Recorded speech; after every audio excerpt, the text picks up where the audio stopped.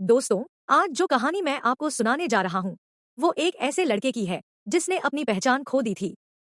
लेकिन जब उसने खुद को पहचाना, तो उसकी जिंदगी ही बदल गई। ये कहानी है आदित्य की। आदित्य एक छोटा सा गांव का लड़का था। वो बचपन से ही बड़ा होनहार था। स्कूल में हर कोई उसकी तारीफ करता था। लेकिन जैसे जैसे वो बड़ा हुआ, जिंदगी ने उसे अलग मोड़ पर ला खड़ा किया। कॉलेज आते आते आदित्य की जिंदगी बदल गई।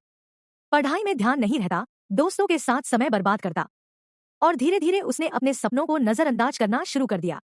एक दिन उसके पिता ने कहा, आदित्य, जिंदगी में कुछ बड़ा करना है तो अपनी पहचान खुद बनानी पड़ेगी। लेकिन आदित्य के कानों पर जू तक नहीं रेंगी।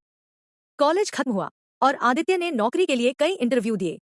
लेकिन हर जगह से सिर्फ एक ही जवाब मिला, आप योग्य नहीं है। आदित्य का आत्मविश्वास पूरी तरह टूट गया। उसे लगने लगा कि वो किसी लायक नहीं है। एक दिन जब आदित्य पार्क में बैठा अपनी किस्मत को कोस रहा था, तभी एक बूढ़े व्यक्ति ने पास आकर पूछा, क्या हुआ बेटा, इतना उदास क्यों हो? आदित्य ने कहा, मेरी किस्मत खराब है। मैं कुछ भी कर लूं, सब बेकार है। बूढ़े व्यक्ति ने मुस्कुराते हुए कहा, क्या तुमने कभी अपने आप को देखा है? तुम खुद को जानते तक नहीं और दुनिया से उम्मीद करते हो कि वो तुम्हें पहचान दे। आदित्य चौंक गया। उसने पूछा, आपका मतलब क्या है? बूढ़े ने जवाब दिया, जिंदगी में सबसे मुश्किल काम है खुद को पहचानना। जब तुम खुद को जान लोगे, अपनी पहचान ढूंढेगा। उसने छोटे छोटे काम करने शुरू किए। वो ऑनलाइन क्लासेस लेने लगा।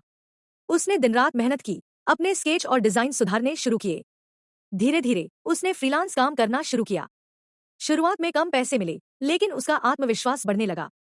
एक दिन उसे एक बड़ी कंपनी से डिजाइन का प्रोजेक्ट मिला। ये उसके लिए बड़ा मौका था। उसने जी जान लगाकर काम किया। जब प्रोजेक्ट पूरा हुआ, तो कंपनी के मालिक ने कहा, तुम्हारे काम में जुनून दिखता है।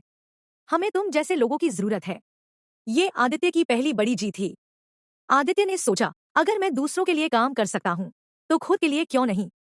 उसने अपनी खुद की डिजाइन कंपनी शुरू करने का फैसला किया। शुरुआत में दिक्कतें आईं, लेकिन अब आदित्य को पता था कि हार से डरने का कोई मतलब नहीं। कुछ ही सालों में उसकी कंपनी ने नाम कमा लिया। वो अब दूसरों को भी नौकरी देने लगा। आदित्य ने जब अपने गांव लौटकर अपने पिता को बताया कि वो अब एक सफल बिजनेसमैन है, तो उसके पिता की आंखों में गर्व दिखा।